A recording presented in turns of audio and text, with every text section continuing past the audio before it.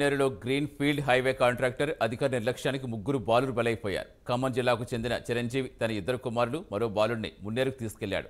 Green field highway కోసం మున్నేరులో bridge నిర్మాణం కోసం తీసిన ఓ నీటి గుంటలో చిరంజీవి చేపలు పడుతుండగా మరో గుంటలో ముగ్గురు బాలురు ఈతకెళ్లారు. ప్రమాదవశాత్తు నీటిలో మునిగిపోవడంతో చిన్నారులు మృతి చెందారు. బ్రిడ్జి నిర్మాణం కోసం తీసిన గుంటల చుట్టూ ఎలాంటి హెచ్చరిక బోర్డులు బారికేడ్లు పెట్టకపోవడంతో చిన్నారులు మృతి చెందారని స్థానికులు ఆగ్రహం వ్యక్తం చేస్తున్నారు. ఇక మున్నేరులో చిన్నారుల మృతిపై సంఘటనా స్థలం నుంచి మరింత సమాచారం మా ఖమ్మం జిల్లా కరెస్పాండెంట్ రజనీకాంత్ అందిస్తారు.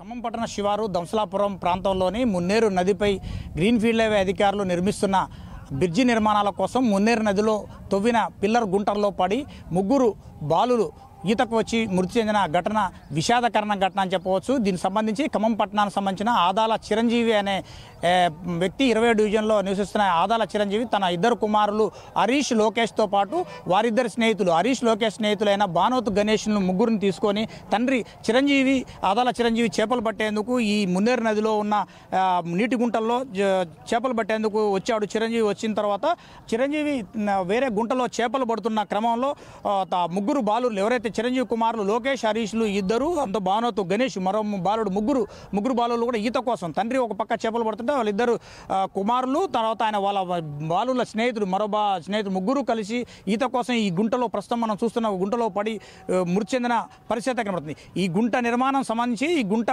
గుంటలో నీటి గుంట దేనికోసం పిల్లర్ల కోసం గ్రీన్ ఫీల్డ్ హైవే నిర్మాణంలో భాగంగా పిల్లర్ల కోసం తీశారు. కానీ పిల్లర్ల కోసం తీసిన సందర్భంలో గ్రీన్ ఫీల్డ్ హైవే అధికారులు కావచ్చు కాంట్రాక్టర్ కావచ్చు కనీసం హెచ్చరిక బోర్డులు కానీ ఇటు చుట్టూ బారికేడ్లు కూడా ఏర్పాటు చేయకపోవడం నిర్లక్ష్యం కారణంగానే ఆ ముగ్గురు బాలురు ఈరోజు మృతి చెందిన ఘటన మాత్రానికి ఖమ్మం పట్టణంలో విషాద ఘటన అని చెప్పవచ్చు. దీనికి సంబంధించింది ఇప్పటికే నేషనల్ గ్రీన్ ఫీల్డ్ హైవే అధికారుల నిర్లక్ష్యం కొట్టొచ్చినట్టు కనబడుతుంది. గత 4-5 నెలల క్రితం వైరా పట్టణంలోని సోమవారం ప్రాంతంలో బ్రిడ్జి నిర్మాణం చేపట్టారు. బ్రిడ్జి నిర్మాణం సంబంధించింది ఆ బ్రిడ్జి నిర్మాణం పైన స్లాబ్ పోస్తున్న సందర్భంలో కూడా కొంతమంది కార్మికులు స్లాబ్ పోస్తున్న సందర్భంలో అక్కడ కూలి వాళ్ళు 14 మంది కార్మికులు కూడా తీవ్ర గాయాలయ్యాయి. ఆ ఘటనకు సంబంధించిన కూడా national highway green field highway అధికారులు అప్పుడు అక్కడ కాంట్రాక్టర్గా వ్యవహరిస్తున్న ఎస్సీ ఇన్ఫ్రా కంపెనీ సంబంధించిన కాంట్రాక్టర్ కూడా కనీసం నామమాత్రంగా నోటీసులు ఇచ్చారు. ఆ సందర్భంలో కూడా క్వాలిటీ కంట్రోల్ సెల్ అధికారుల నిర్లక్ష్యం కొట్టొచ్చినట్టు కనపడని చెప్పవచ్చు. అక్కడ నిర్లక్ష్యం అక్కడ నిబంధనలు పాటించకుండా నాణ్యత ప్రమాణాలు పాటించకుండా నిర్మాణం చేపడుతున్న క్రమంలోనే బ్రిడ్జి నిర్మాణం పైన స్లాబ్ కూడా కూలి కాంట్రాక్టర్ నిర్లక్ష్యం కారణంగా కూలీలకు తీవ్ర గాయాలైన ఘటన మరొక ముందే మరొకసారి ఖమ్మం పట్టణ శివారులోని దంసలాపురం ప్రాంతంలో పిల్లర్లో పోసేందుకు మాత్రానికి మున్నేరులో మాత్రం ఏకంగా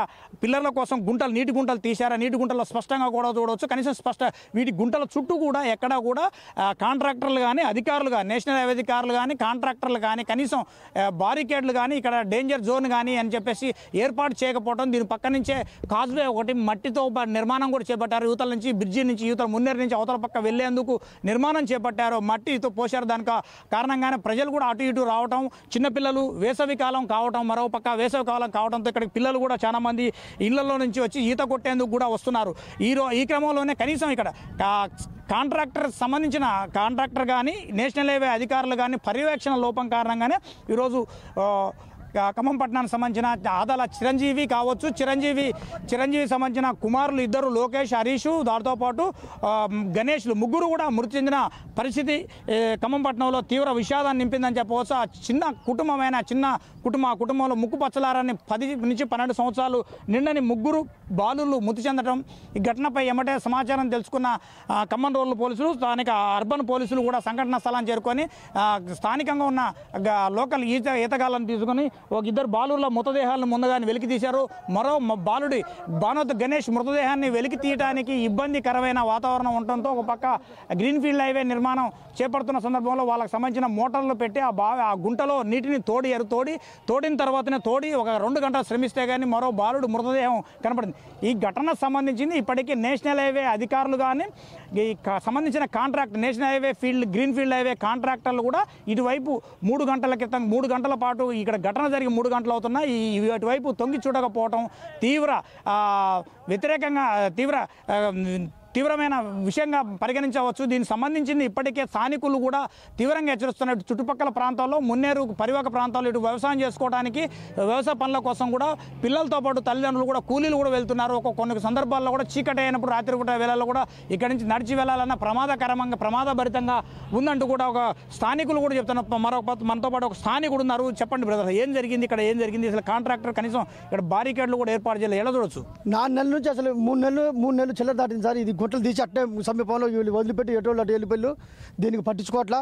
పాపం వాళ్ళు దేనికి వచ్చారో పాపం స్నానం చేయడానికి వచ్చారు, దేనికి వచ్చారు సార్. మరి అకస్మాత్తుగా 3 నిండు ప్రాణాలు కోల్పోయింది సార్. దీనికి ఎవరు కనీసానికి కాంట్రాక్ట్ కానీ ఎవరైనా దానికి వచ్చి చూసిన వాళ్ళు కూడా లేరు ఇప్పుడు దాకా. ఇది సార్ పరిస్థితి. ఇది కూడా మరి ఇప్పుడు ప్రభుత్వం కూడా గజ ఈతకాలను ఎవరిని పంపించకుండా ఏం చేయకుండా మా గుదిమల నందే తండ్రి నుంచి 3-4 పిల్లగాళ్ళు వచ్చి 1:30 కాడ నుంచి ఇప్పుడు దాకా పాపం వాళ్ళే కష్టపడ్డారు సార్. వాళ్ళే తీసి మృతదేహాలు మొత్తం బయటపట్టారు వాళ్ళు. ఈ మోటార్లు కూడా ప్రైవేట్ మోటార్లు తీసుకొచ్చి మొత్తం లాగిచ్చి చేసేసరికి ఈ టైం సార్ 1:30 సమీపంలో లోపల పట్టరు.